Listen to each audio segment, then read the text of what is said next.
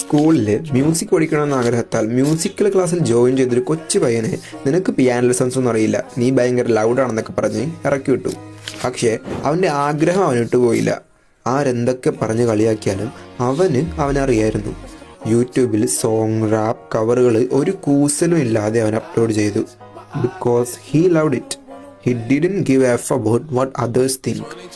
അവൻ ചെയ്യണ കാര്യത്തിൽ അവൻ സന്തോഷം കണ്ടെത്തി. അങ്ങനെ തുടർച്ചയായ ആൽബം ഫ്ലോപ്പുകൾക്ക് ശേഷം 2017 അവൻ release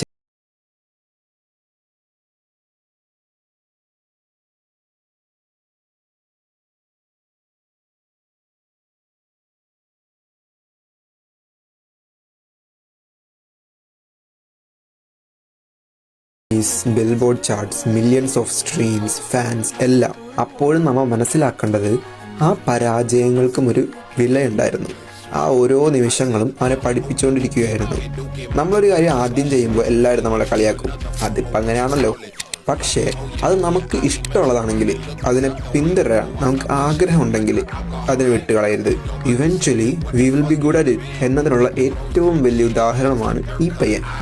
and his name is Tyler the creator.